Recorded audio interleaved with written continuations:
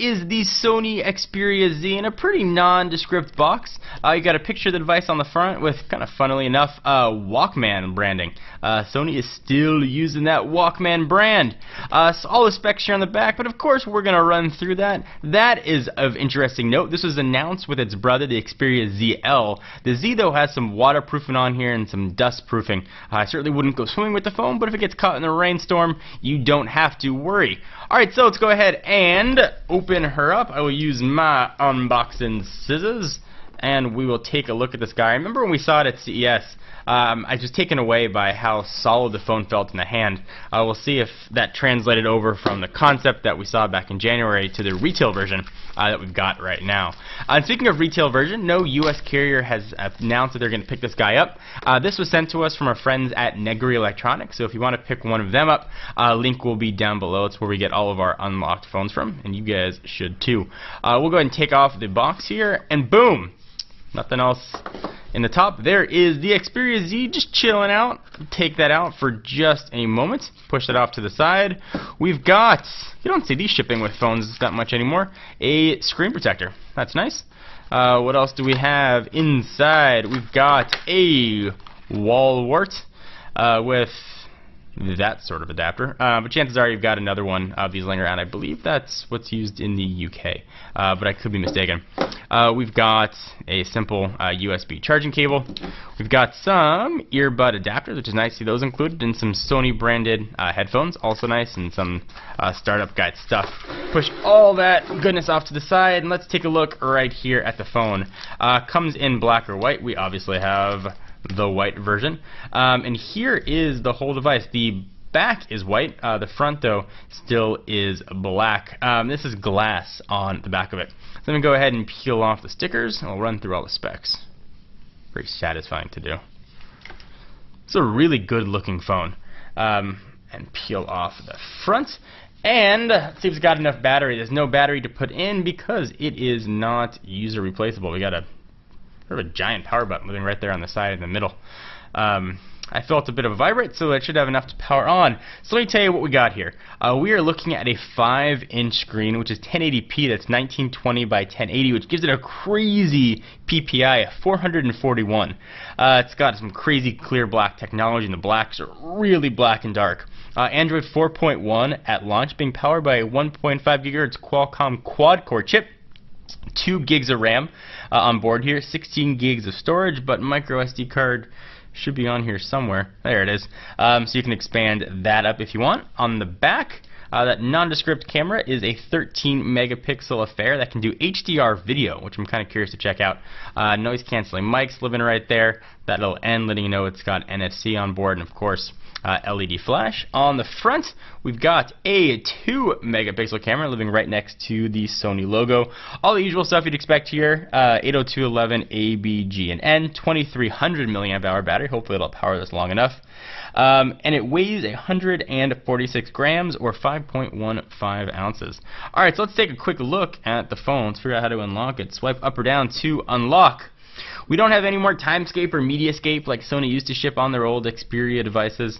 We've got a pretty eloquent interface here. Let me go ahead and get it set up. I'll come back in just a minute and show you what it looks like. Alright, so we got the guy all powered up, and it did boot up relatively quickly. One of the fastest boot ups I've seen actually for a new phone. Let's go ahead and start the tour, then we'll run through all of this business. On the left hand side, living under a flap, is your micro SD card. We've got 2 connectors, presumably for external docking accessories. That will be coming soon. We've got a seam here almost where the screen is, and it's being powered by Sony's Bravia engine. Really nothing here on the bottom. We got some barcodes, and it looks like a little area for a lanyard in the corner. On the right hand side, we've got a downward placing volume rocker up and down. It's a little further down than I've seen on most devices, and a very pronounced camera button right there. It looks like there's a little door beside that for where the SIM card is going to live, and that's where that guy is going to go. I'll close that up. Up top, underneath another little flap, we've got a 3.5mm headset jack. And you're probably saying, why are there so many flaps for all the connections?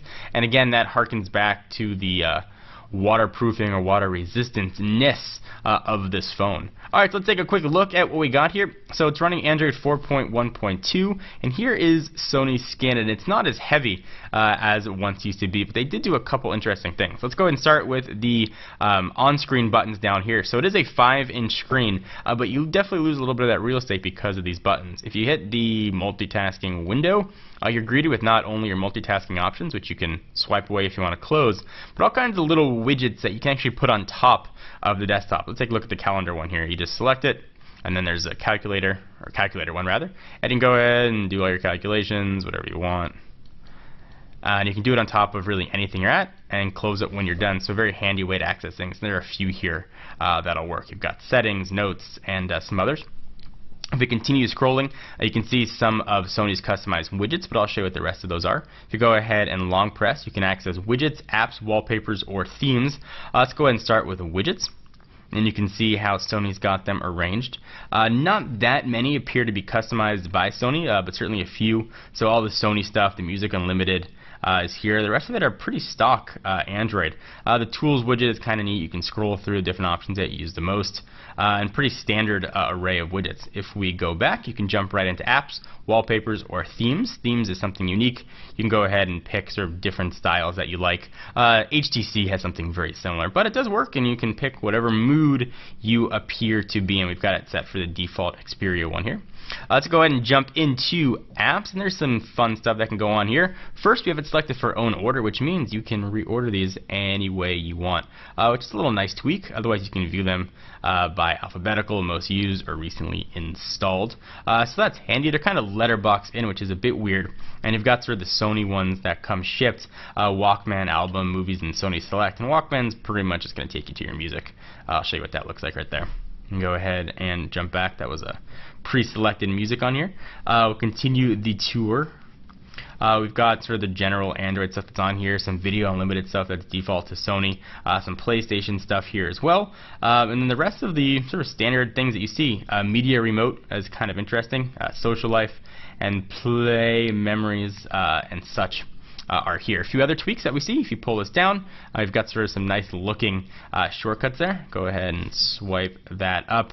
The screen here is very nice looking. It's a 1080p screen, similar to what we see on the Droid DNA. And speaking of the Droid DNA, let me go ahead and bring that guy in so you can see for comparison purposes. Both 5-inch screens with sort of different layouts. You can see what they look like side by side. Certainly the Xperia-Z looks to be a little bit on the chubbier side, but it definitely has a great feel to it. The HTC build quad I think is outstanding, and I think Sony has done a very nice job of matching it here. So certainly a personal preference, whatever you prefer. Looking at the back of the devices, you've got the glass back versus sort of that matte soft touch finish. Both though bring a lot to the table and certainly are in direct comparison. This is hopefully going to be Sony's flagship device, at least the company is hoping, for the next year or so. They've had a hard time getting their flagship devices in the hands of US carriers. So they're, again, hopeful that the Xperia-Z will be the first one that'll do that. Again, though, if you want to pick this guy up, you can pick it up from our friends at Negri Electronics. We'll be putting it through its paces, giving it a full review, and letting you know what we think about the Sony No More Ericsson Xperia-Z. Anything you guys want to see, leave them in the comments down below. If you're interested in the phone or you liked the video, please give us a thumbs up. We definitely appreciate it. Check us out at technobuffalo.com for the latest and greatest tech news. I'm John Rettinger. I'll see you in the next video.